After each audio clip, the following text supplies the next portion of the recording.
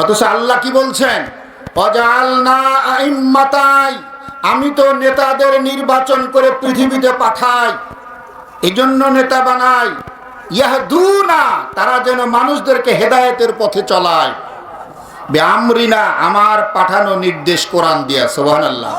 তো যে নেতা কয় আমি শরিয়াই মানি না, ওইটার আর কোনোদিন নেতা মানতে পারবেন? জি, কে যেন ভিতর থেকে বলছেন ভোটের কথা, আমি ওদিক যাব না। তারপরে একটা আয়াত বলি, কষ্ট নিচ্ছেন? যেহেতু আল্লাহ বলছেন মা ফাররাতনা ফিল কিতাব, there is no sector which is not explained in this Quran, এমন কোন পৃথিবীতে এমন কথা নাই যেটা আমি আল্লাহ কোরআনে বলে রাখি নাই।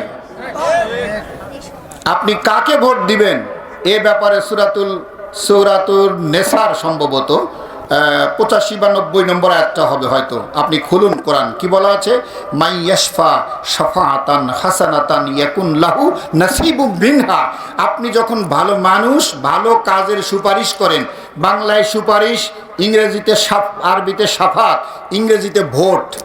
অনেক ব্যাককেল বলে হুজুর কোরআনে তো ভোট নাই, এটা তো বেদাত। আর স্টুপিড, কোরআনটা কি আরবিতে নাজিল হয়েছে না ইংরেজিতে নাজিল হয়েছে?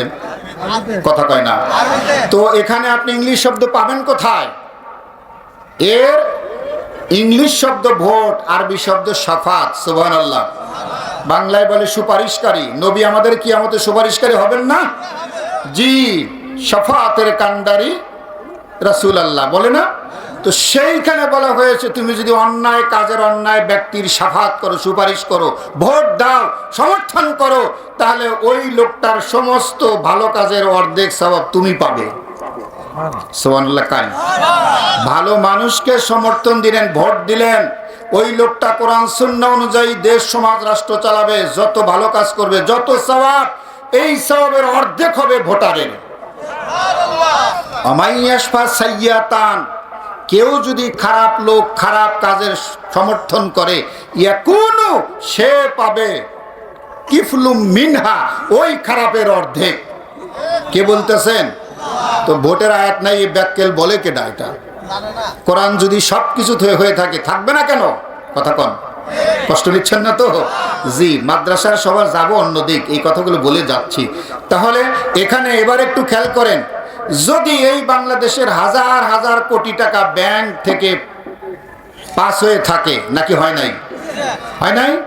যত অন্য অপরাধ হয়েছে, এই পাপ কি শুধু ওনার না আশেপাশের কারোর আছে? জি।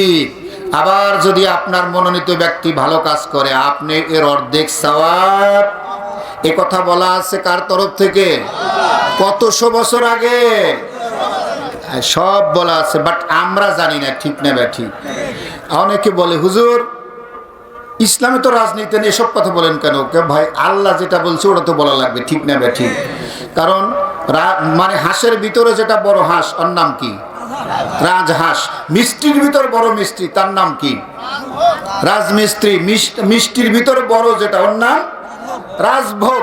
নীতির ভিতর বড় নীতি, তার নাম কি? সবচেয়ে বড় কে? তার নীতির নাম কি? রাজনীতি। ওইটাই তো আল কোরআন। কথা কন না কেন? এবার বলেন, আর একটা মিনিট দিয়ে আল্লাহ আলোচনায় যাব, কষ্ট নিলেন? যেমন বলুন, যখন দেশের কেউ প্রেসিডেন্ট হয়, সে কি কোনো রাজনীতির দল ছাড়া প্রেসিডেন্ট হতে পারে? যেমন বঙ্গবন্ধু শেখ মুজিবুর রহমান মরহুম, উনি কোন দলের প্রেসিডেন্ট ছিলেন?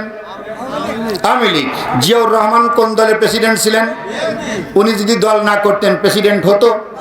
এই যে আব্দুল হামিদ সর্বশেষ কোন দলের প্রেসিডেন্ট ছিলেন? আওয়ামী লীগ। এরশাদ সাহেব কোন দলের? জাতীয় পার্টি। ঠিক না বা ঠিক? মুহাম্মদুর রাসূলুল্লাহ সাল্লাল্লাহু আলাইহি সাল্লাম প্রেসিডেন্ট ছিলেন কিনা? কোন রাষ্ট্রের? কথা কয় না। মদিনাতুল মুনাওয়ারার কত বছরের প্রেসিডেন্ট ছিলেন? কত বছর? তাহলে উনি নিশ্চয় কোন একটা দল করতেন, সেই দলটার নাম কি? আরো জোরে বলেন তো। যে আপনারা এটা বলেন যে মুহাম্মদ সাল্লাল্লাহু আলাইহি ওয়াসাল্লাম কি প্রেসিডেন্ট ছিল? ব্যাককেল। তুমি ইসলাম জানো না এমনি একটা বলো না, কষ্ট হইতেছে। একটু মহাব্বাতান পড়ুন, একটু সবাই মহাব্বাতান পড়ুন। সাল্লাল্লাহু আলা মুহাম্মাদ সাল্লাল্লাহু